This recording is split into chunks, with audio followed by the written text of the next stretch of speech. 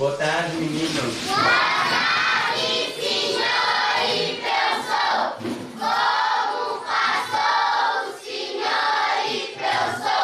Bem, obrigado.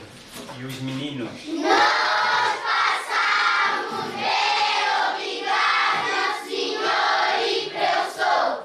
A pior razão da comunidade delas, crianças, abandonarem a escola é por causa mesmo da fome. Ele diz que não têm nada de comer, daí que eles não chegam na escola, ficam no meio a brincar e outros desviam para ir nos mercados informais para ver se vão fazendo aquelas ajudas para conseguir alguma coisa para dar sustento. O professor tem uma obrigação muito grande. Uma nação está nas mãos do professor. Está, meninos? Sim.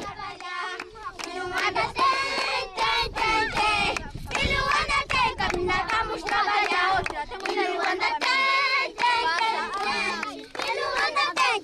Vamos trabalhar.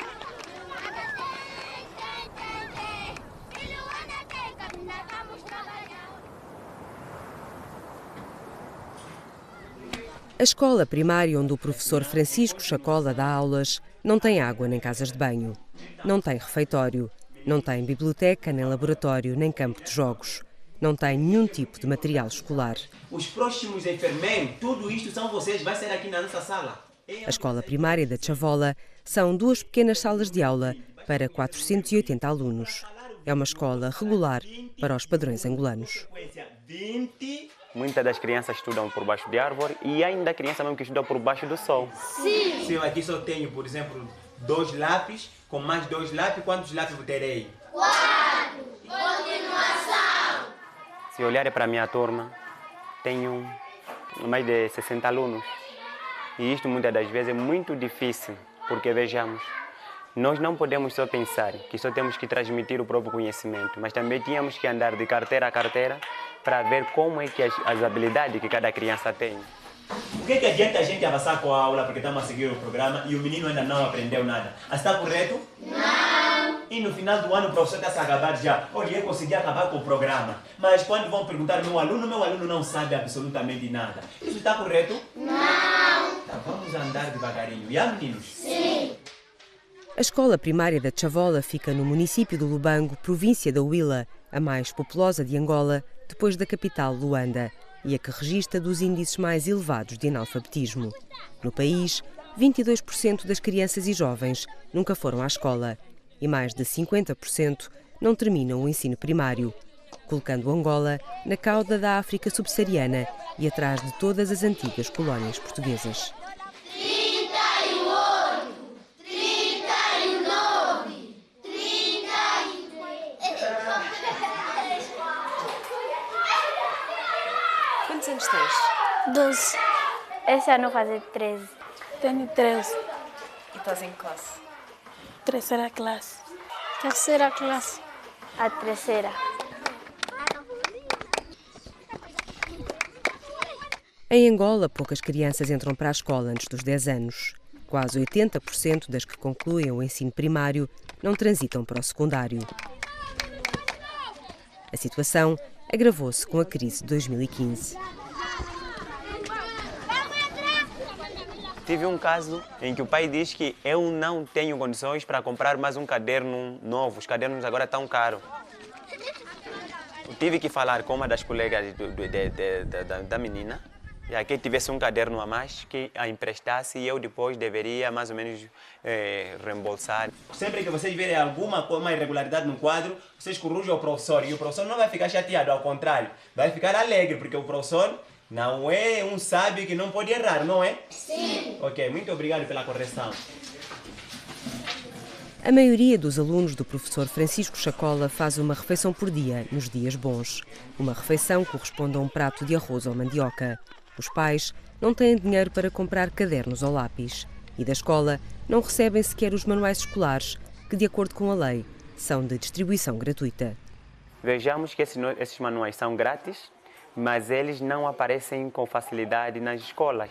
Aparecem mais com facilidade no mercado paralelo, não é? Nos mercados informais, é onde os livros vão e para serem negociados.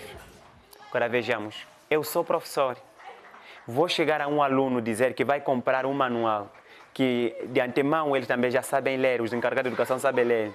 E está escrito distribuição gratuita, proibida a venda. Que tipo de mensagem que eu estou a lançar ao aluno? Tudo é difícil para esses meninos. E o maior problema da dificuldade deles é o quê? Porque todos vieram realojados para cá. As famílias que já eram pobres agora acabaram por ser miseráveis.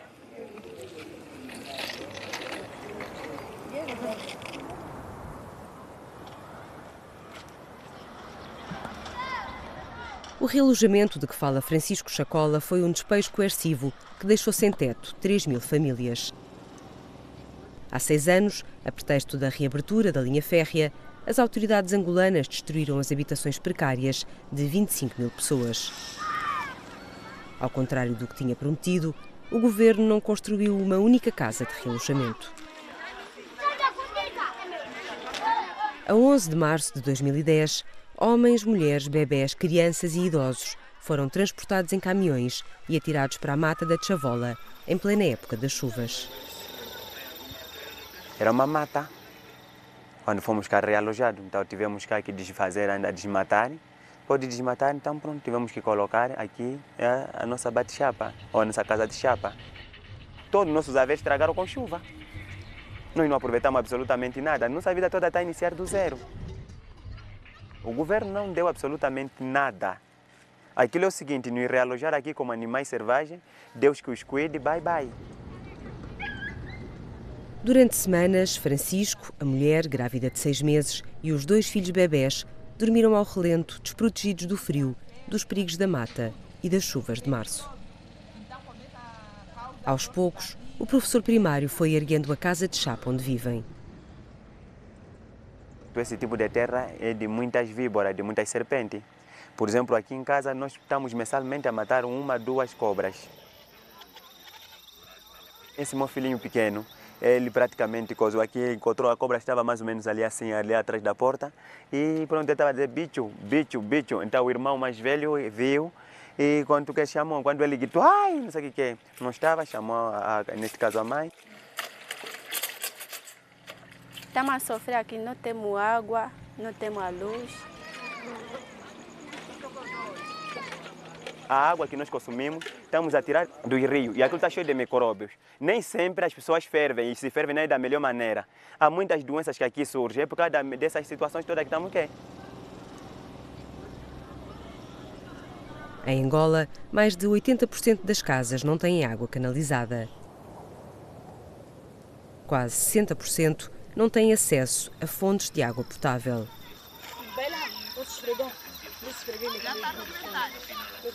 Na Chavola, o rio fica a mais de 5 km.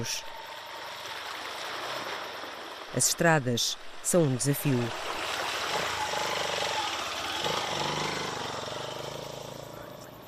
Afastados da cidade do Lubango, onde trabalhavam, muitos moradores da Chavola perderam o meio de subsistência. À época das demolições, a Human Rights Watch denunciou uma situação de emergência humanitária. Uma equipa da Organização de Direitos Humanos e vários jornalistas estiveram no local, mas dizem ter sido ameaçados pela polícia e impedidos de chegar à fala com as vítimas dos despejos. Em nosso país, o governo não gosta de aceitar críticas, não aceita negociar. Só quer que as pessoas, por exemplo, eu estou a ver, como posso dizer, eu estou a ver a dor, estou a assistir a dor, estou a passar mal, mas tenho que, quando alguém está a me perguntar, tenho que dizer, não, está tudo muito bem. E quando depois a comunidade internacional critica o nosso governo, ou então outras forças também da nação criticam o nosso governo, diz que não podem nos passar certificado de menor idade. Mas eu acho que tinha que admitir o certificado de menor idade, porque maltrata o povo.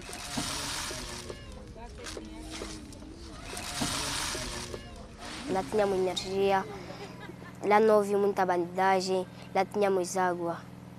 Gostavas de viver lá? Sim. E aqui? Tiveste medo quando chegaste aqui? Sim. Apolinário tinha 2 anos quando foi atirado para a mata. Aqui não tem polícia.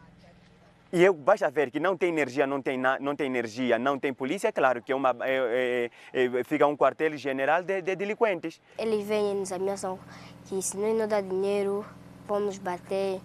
Há quem vem com faca, há quem vem com chave de fenda, há quem vem com pistola. para roubar dinheiro. Sim, E isso dentro da escola também? sim. Tenho medo. As crianças vão na escola e eu fico preocupado já que casa, através desses bandidos. Fico a controlar no caminho se o meu filho está a vir e que foi na escola. A origem desses ladrões é o como desses gatunos por causa de quê? Porque aqui a saída é só uma. As meninas vão para a prostituição e o rapaz põe-se na delinquência. Porque não tem como. Vão fazer o quê? Você imagina, nós nos meter aqui, isso aqui era mata, com a família que é. Exato. Então, nesse momento, agora eles transformaram-se em delinquentes. Em delinquentes? Porque não há acompanhamento do governo. Quando as autoridades angolanas lhe derrubaram a casa, Isa Delfina ainda sonhava ser secretária. Tinha 12 anos e uma família. Mãe, avó e 2 irmãos. Mas nos dias que se seguiram ao despejo coercivo, a tensão disparou e a mãe de Isa sofreu um AVC. No meio do mato, a ambulância foi o carro de mão de um vizinho. Meteu a minha mãe nas costas, levamos ela até a casa dele e dali pegamos o carro de mão, metemos ela aí no carro de mão, já sem ajuda médica. E dali fomos ao hospital. No hospital já não foi mais a tempo para lhe socorrer. Lá por volta das 18 do sábado, do domingo, acabou por falecer. Aí dali o sofrimento era mesmo demais. Aqui sem ninguém, como fazer água também era difícil. Sim. Foi uma dor enorme.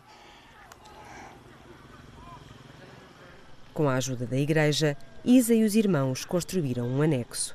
Mas ela, a mais velha dos 3, teve de deixar de estudar. Vende bolinhas fritas na mata.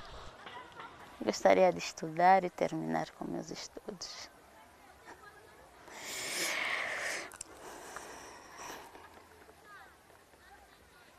É um sonho que, pronto, gostaria de realizar.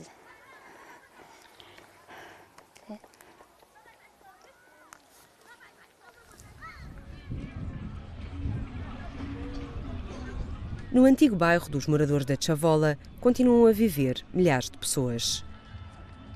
A segurança foi um dos pretextos para os despejos.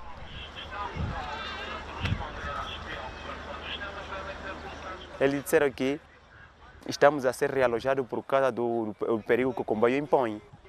Para além da casa, Francisco viu reduzidas a pó uma pequena lanchonete e uma barbearia para as quais tinha pedido um crédito que continua a pagar mensalmente ao banco. Antes de 2010, houve aqui efetivos da Casa Militar do Presidente da República a enumerar as nossas casas e dizia que não se preocupem, que vocês vão encontrar as mesmas condições na zona de realojamento, que neste caso a zona de realojamento foi na Chavola. Chavola, isso traduzindo em português, significa podre. Parece que já fomos mal abençoados já praticamente a partir dali. Por esses dias, Francisco resumiu o desalento numa legenda de fotografia.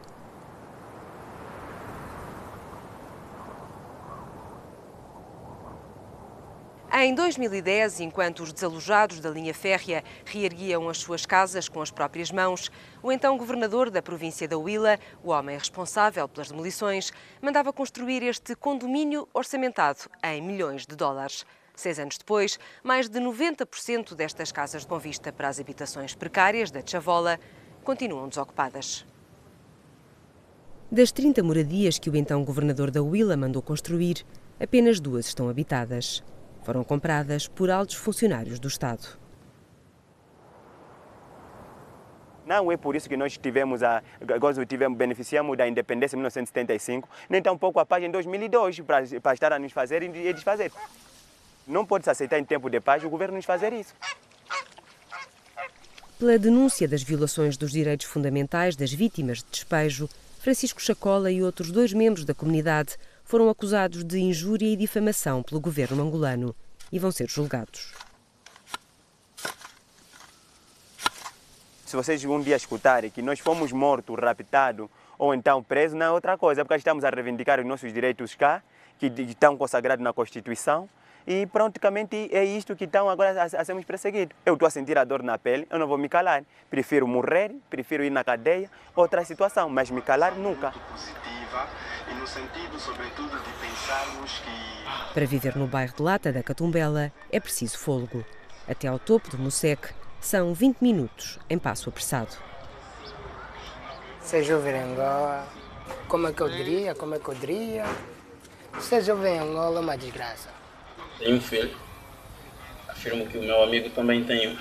Mas ele não. Então. Tens 2 filhos? Eu tenho 2. Yeah. Eu já terminei o ensino médio em 2011. Até agora também continuo desempregado. Há muitos fatores que contribuem para o jovem fazer filho mais cedo. Um dos fatores é o quê? É o desemprego que a gente está a dizer agora. Se o jovem não tiver uma ocupação, é lógico que vai se envolver, é lógico que vai se desencaminhar. 3, joga lá. 4 lá. 4, dá certo. Sobe 8. Aquele. Sobe 8. Temos uma educação fraca. Acho que o governo poderia investir mais na educação. Faz muito pouco. É fundamental para o desenvolvimento de um país. Um corpo sem coração não existe. É tipo a educação. O imponente bairro de Lata da Catumbela fica no Lubito, a poucos quilómetros da cidade de Benguela, capital da província que lhe dá nome.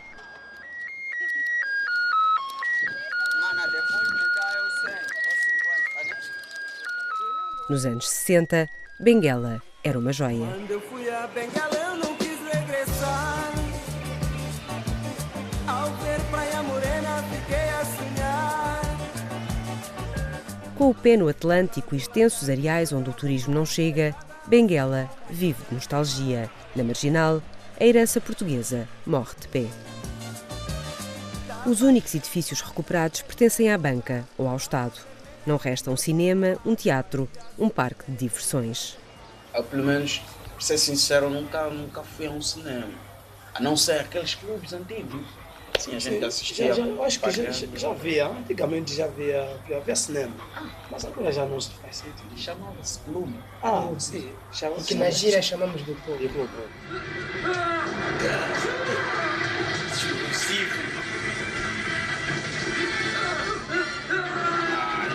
Uma das coisas que me mete mais estressado é ver o meu povo a sofrer. Eu vejo o meu povo a sofrer. Todos os santos dias eu vejo o meu povo a lamentar. Por quê? Por que estamos a sofrer? Se nós temos tanta riqueza. Alimentada pelo petróleo, na última década Angola registrou um dos maiores crescimentos económicos do mundo, mas manteve-se líder nos índices de mortalidade infantil. É um dos países mais desiguais na distribuição de rendimentos, dizem as Nações Unidas. Angola tem 25 milhões de habitantes. 20 milhões vivem em situação de pobreza. Mas o país tem um dos maiores consumos de champanhe per capita. Vendem-se 240 mil garrafas por ano, quase todas em Luanda. Se Luanda é a montra do milagre económico angolano, a Baía da capital é o melhor exemplo do espetáculo da reconstrução. A primeira fase de intervenção custou mais de 200 milhões de dólares. As palmeiras, mais de 3 mil, foram quase todas importadas de Miami. O mais importante é a vida. Aqui todos nós pagaremos nossos pecados. Entendeste?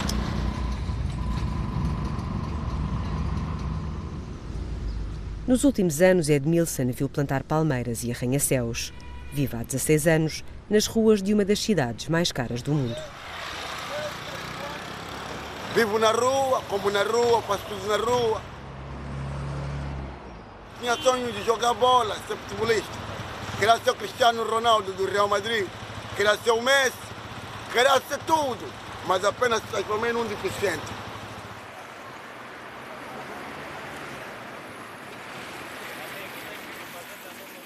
Nas ruas do centro, onde Edmilson passa dias e noites, o lixo intoxica os passeios, mas há casas alugadas por mais de 5 mil euros mensais.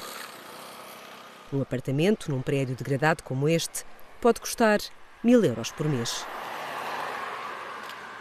Quase 80% da população urbana de Angola vive em bairros de lata.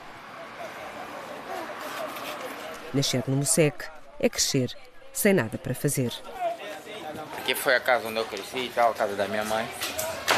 Esse espaço aqui. MCK é um dos nomes mais populares do rap angolano. Em setembro do ano passado, atuou pela primeira vez em Portugal em nome próprio. É uma vedeta no Mocek do Margoso, onde nasceu, e uma estrela no país que quer ajudar a mudar. MCK, pai grande! MCK, sou teu fã, você sabe, meu brother. Estamos juntos. Yeah. No beco do Margoso, o sol também brilha. O sol também brilha, sim senhor. Vai continuar a brilhar. Vai brilhar sempre. Giramos o bairro durante 20 minutos ou meia hora. Não viu nenhuma escola, não viu nenhum centro de saúde, não viu nenhum hospital, não viu nenhuma creche, não viu nada que ia contribuir efetivamente para o inverter do quadro atual.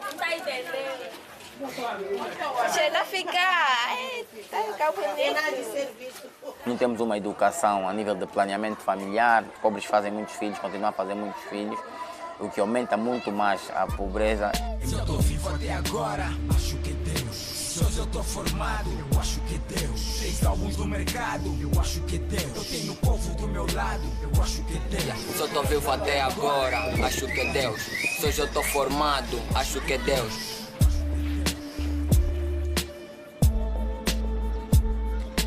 O Presidente da República está no poder há mais de 36 anos e, entretanto, vai usando o poder a seu belo favor, né?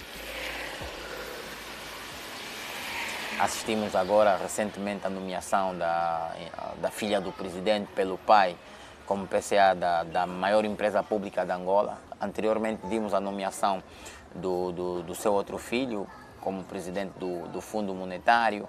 Os outros 2 irmãos lhes foi atribuída a gestão da televisão pública de Angola, do Canal 2. Essa é a vida que eu levo aqui onde eu cresço todos os dias, fome na barriga, isto eu não ligo, estou com a família toda, você sabe disso, todos os dias trabalhar nessa cena de onde eu vivo. Ferramentas de sobrevivência no Mocek, o rap e o hip-hop são também poderosas caixas de ressonância do descontentamento que alastra pelo país. É música proibida nas rádios e na televisão do Estado. Palavras que podem custar a vida. Quando eu lancei o primeiro disco, houve a morte pela Guarda Presidencial da República do jovem Arsénio Sebastião Xeroco. Foi morto pela Guarda Presidencial. O meu segundo disco, porque estava a cantar uma música minha, Técnicas, Causas e Consequências. Com o segundo disco fui impedido de vender, né? Tinha tudo, todas as condições criadas e etc. No dia não permitiram que se vendesse. Com o terceiro disco acabei de vender, encontrei a minha porta em casa arrombada. O ano passado e antepassado tive vários concertos proibidos. Este é o país do pai banana. Este é o país do pai banana. Este é o país do pai banana. Eu cresci aqui, a mim ninguém me engana. Quando tu levas muitas pancadas, tem 2 coisas. Ou te acostumas ou desistes. Eu acho que nós estamos na primeira opção. Estamos acostumados com isso e vivemos em plena consciência. Estamos a fazer um exercício cívico com respaldo legal. E o nosso sonho é ver Angola um sítio bom de se viver. É criar esperança. Dentro dos hospitais públicos angolanos, a esperança é um bem escasso. Faltam médicos, enfermeiros, camas, material hospitalar, medicamentos. A única coisa que há sempre a mais são doentes. A maioria são crianças vítimas de febre amarela e paludismo. As 2 epidemias duram há 1 ano e já mataram mais de 14 mil pessoas no país. O que é que tem? Tem febre, paludismo. Impedidas de acompanhar os familiares, milhares de pessoas instalam-se como podem à porta dos hospitais angolanos e aqui ficam durante semanas. Em Angola não há transportes públicos e as famílias não têm como pagar as dispendiosas deslocações diárias entre a casa e o hospital. Eu já estou da semana passada, numa sexta-feira. O meu primeiro filho que está doente. O que é que ele tem? Febre. E não a deixam estar lá dentro? Dormo aqui. A cama mesmo é essa, papel. Ela tem essas febres mesmo, que está aqui. Falta de sangue. Febre amarela. Febre amarela? Sim. Aquela sente. Assim já levou 3 balões de sangue. Uma neném de 2 anos e 7 meses. A família do paciente é obrigado a sair de dentro para fora para vir procurar seringa, compressa, espátula, essa coisa toda. Há momento mandam procurar também ampolas para baixar febre. Vendidos no mercado negro a preços que poucos podem pagar, os medicamentos desapareceram dos hospitais. É uma realidade, tem falta de medicamento. Neste momento, já há cerca de 1 ano e meio, alguma coisa, estamos apenas a priorizar situações de urgências, que isso é de obrigação da unidade sanitária, com os recursos disponíveis, ele tem que dispor isso. Tem que pagar, mãe. A pica se paga. A injeção se paga. Eles mandam comprar medicamentos, mandar comprar seringa fora. Tem que ir na rua procurar farmácias. Até eu volto, a segurança disse que não entra, mas eu tenho que se obrigar com segurança, tem que entrar, o miúdo está a morrer. Na saúde, como no resto, o diagnóstico agrava-se fora de Luanda. Estamos com uma proporção de médicos muito insuficiente. Estamos um médico para mais de 15 mil habitantes. Não só médico em todas as valências, médicos, enfermeiros, técnicos de diagnóstico, técnicos de apoio de serviços hospitalares. O quadro é nacional, não é só do município. O quadro é nacional.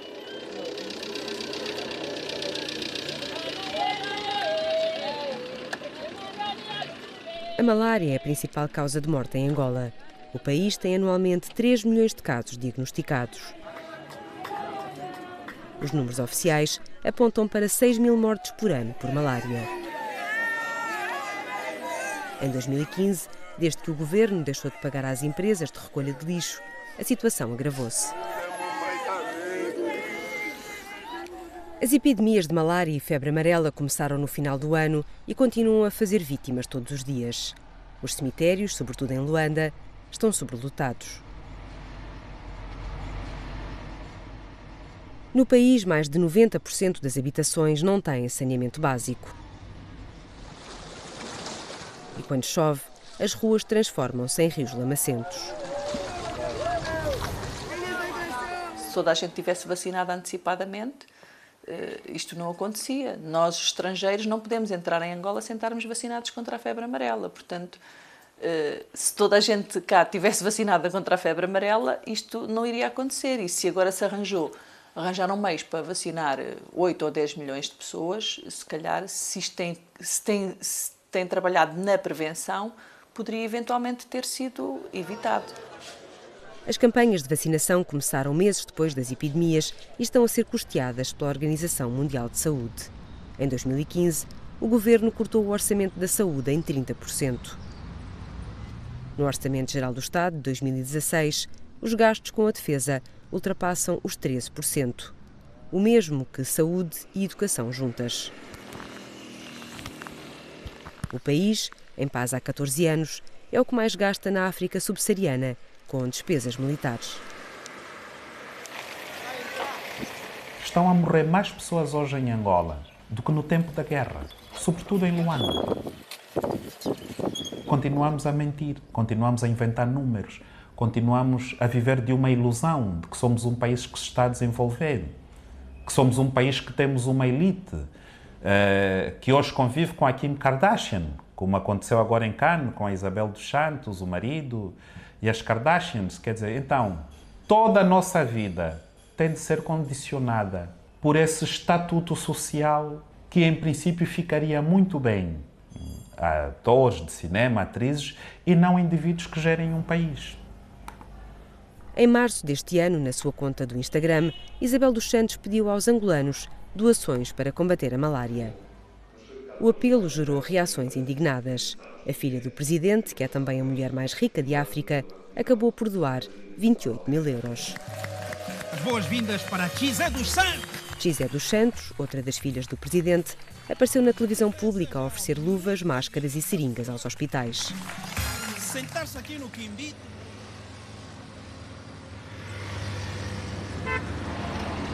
Na mesma altura, foi noticiado o desvio de 3,8 milhões de euros cedidos à Angola pelo Fundo Global o maior financiador mundial de programas de luta contra a malária. De acordo com o inquérito do Fundo Global, em causa estarão altos responsáveis do Ministério da Saúde. A Transparência Internacional coloca Angola entre os 20 países mais corruptos do mundo. Nós temos um grave problema aqui, que é o dirigente empresário, não é? O político empresário, o ministro empresário. Temos uma promiscuidade a esse nível, portanto. E é óbvio, quando nós, em qualquer parte do mundo, falamos de corrupção, não estamos a falar no setor privado. Normalmente, a corrupção está associada ao setor público.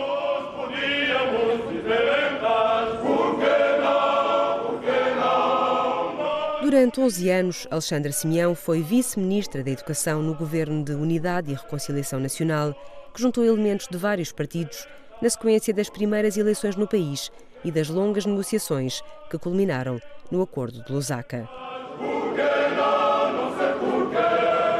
Alexandra Simeão pertencia ao extinto Partido Liberal Democrático, criado pelos pais em 1983. A mãe, Anália da Vitória Pereira, foi a primeira angolana a concorrer à presidência da República em 1992. As circunstâncias que envolvem a morte do pai, Carlos Simeão, nunca foram esclarecidas. Quando nos tornamos demasiado visíveis aqui, também corremos riscos. Corremos riscos no sentido de sermos ostracizados no emprego, de sermos conotados logo com qualquer coisa que não é agradável, não é? De alguma forma, revu, não é? E, portanto, a maior parte das pessoas não estão em condições de perder portanto, o pão de todos os dias quando tem uma família para alimentar.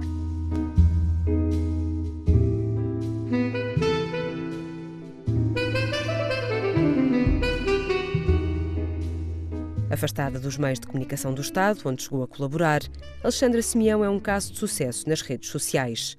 A analista tem um website e assina um podcast semanal. Olá, Alexandra, mais um podcast da sua autoria e hoje o tema, vamos falar... sobre a paz, 13 anos de paz. O crescimento que nós tivemos não se repercutiu em desenvolvimento, portanto, em área nenhuma. Então, há aqui de facto uma falência ao nível das políticas públicas. Portanto, não podemos justificar nem com o passado histórico, nem com a quantidade de anos que tivemos de guerra, que obviamente tiveram outras sequelas.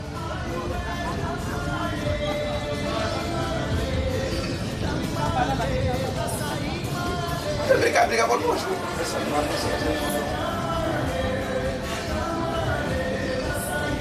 Queremos já uma nova governação, mudança de governação. Mudança.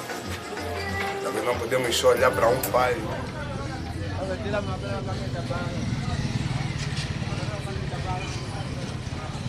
Nós estamos cansados com a governação do MPLA.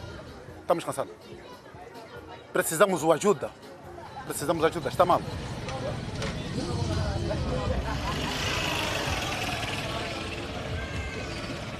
Em 2002 acabou a guerra. De 2002 para aqui, tudo que está a se fazer é só o bem para eles. Para o povo, nada. Onde estão os nossos autoestima, os nossos antigos combatentes que lutaram por nossa independência? O que vamos fazer? Se o país está assim, será que eles morreram por isso? Para nos ver a sofrer? Meu país, psicologicamente, diz que é independente. Fisicamente não está independente. Estamos sofrendo muito. Acho que o povo angolano já não tem medo. O povo angolano já não tem medo. Antigamente tinham medo, mas já não tem medo. Porque as pessoas estão cansadas de estar ouvindo sempre a mesma coisa. Não acredito nesse governo. Eu tenho um governo desonesto.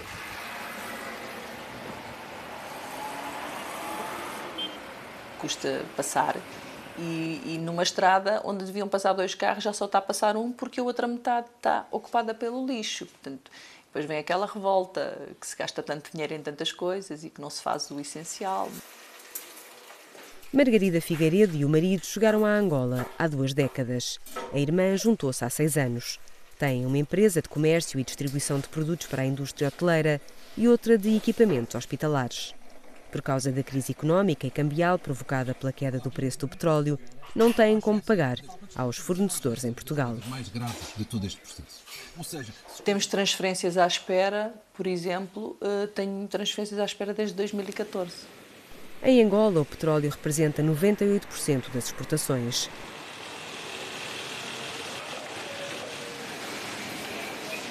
O país importa praticamente tudo. Com a queda do preço do petróleo, a moeda nacional, o Kwanza, desvalorizou quase 50%. A inflação disparou para perto dos 30%. Nas prateleiras cheias de produtos portugueses, os preços escalaram. 1 quilo de açúcar passou de 200 kwanzas para 720. Hoje fui ao supermercado, não havia leite, não havia arroz, não havia açúcar. Portanto, a escassez dos produtos também vai fazendo com que os preços subam muito. As coisas estão muito, muito caras. As contas da água e da luz subiram a um ritmo alucinante. Nós pagávamos 3.000 e tal kwanzas de luz e agora pagamos 9. Só em alimentação, esta família de 3 pessoas está a gastar 1.600 euros por mês. 20 vezes mais que o salário mínimo angolano, que ronda os 80 euros. Que vai sair da administração da NOS, do BIC e da EFASEC. Dos mais de 200 mil portugueses que trabalhavam em Angola, quase metade deixou o país no último ano. Pretende reforçar a transparência no desempenho das novas funções. À exceção dos pratos vegetarianos, quase tudo o que se prepara na cozinha de Rafael Marques, em Indigesto. É também aqui que funciona a redação do MAC Angola, a publicação digital que assina. Por causa do que escreve, diz o jornalista, sofre ameaças recorrentes.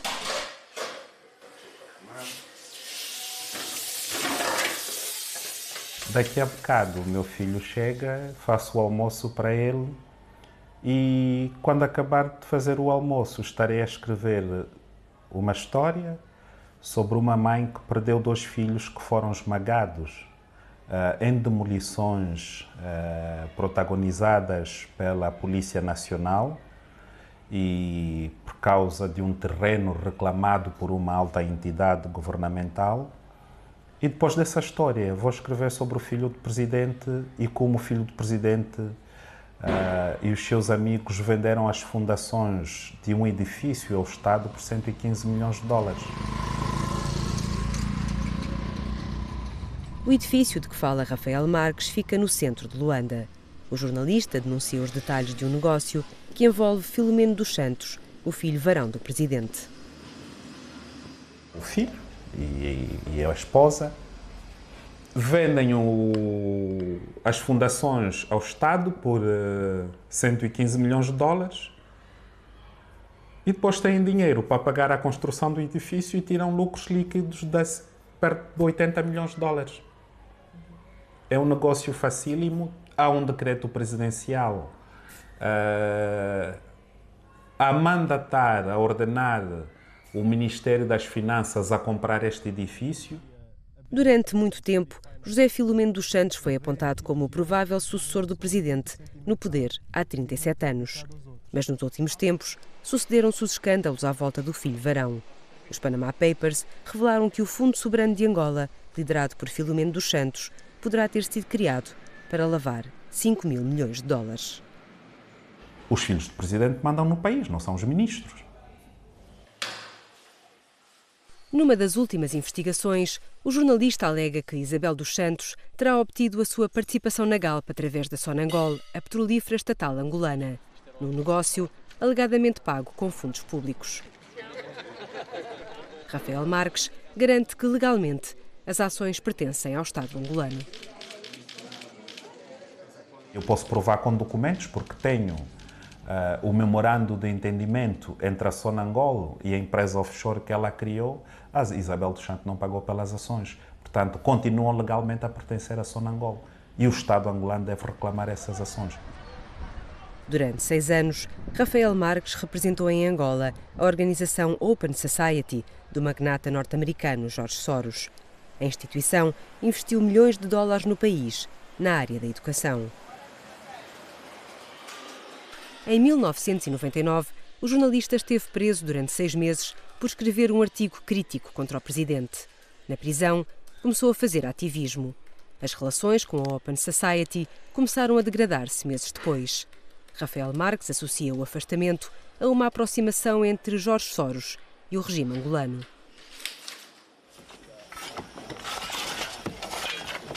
Dez anos depois, o jornalista lançou o livro Diamantes de Sangue, Tortura e Corrupção em Angola, editado apenas em Portugal. Uma investigação de 7 anos sobre extração diamantífera, onde vários generais são acusados de tortura e violação de direitos humanos. Processado pelos generais, o jornalista foi condenado pela justiça angolana, mas vai recorrer da sentença. No meio de tanta pressão, ainda assim há vozes que dizem não e que falam diferente e que morrem por esta diferença. Alexandre Solomba é presidente do MIS Angola, uma organização de defesa da liberdade de expressão na África Austral. O jornalista defende que o monopólio dos órgãos de comunicação estatais põe em causa a possibilidade de eleições justas.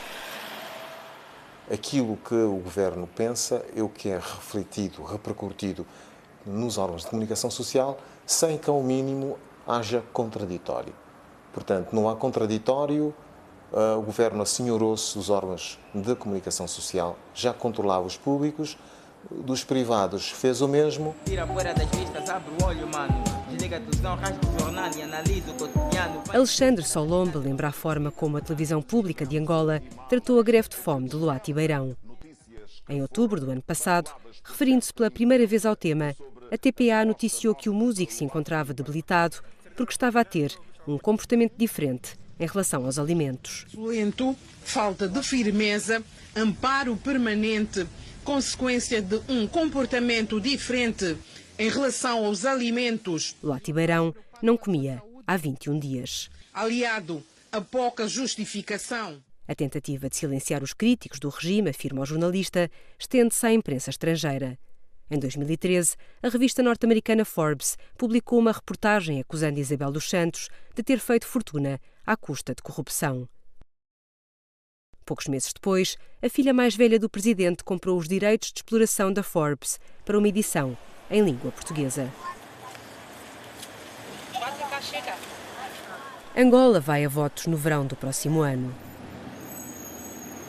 José Eduardo dos Santos, que há 37 anos se sucede a ele próprio, foi considerado pela revista Forbes o segundo pior presidente africano, a seguir a Teodoro Obiang, da Guiné Equatorial.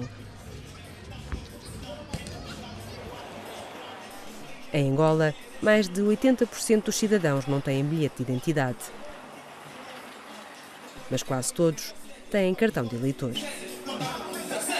No choque está de sangue das lágrimas da minha gente que não vê o horizonte, o que será daqui para frente. Nessa terra de milionários feitos à custa dos outros, botados pelas galinhas e pelo alimento do nosso povo. Sonhamos com a liberdade e força de hipocrisia. Existe o instinto obrigado pela ilusão de democracia. Lutamos com palavras, talvez seja a manutenção. À hora que centenas de jovens se juntam numa pequena sala de espetáculos da capital para ouvir palavras proibidas, o professor Francisco Chacola guarda a mota dentro de casa. Na Chavola, onde permanecem os 25 mil desalojados da linha férrea, a delinquência agrava-se ao anoitecer.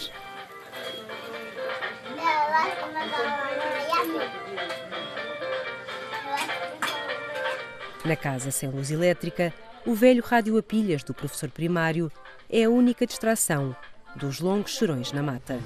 Quando se perdeu a independência, anunciava-se um continente melhor. Anunciava-se que teríamos segurança, teremos saúde, teremos alimentação, porque se não tivemos até aqui é porque o colono não deixou. Agora quando se coloca mas o colono foi, os problemas do colono herdaram-se e até hoje ainda não os conseguimos solucionar. Um sorriso, eu sou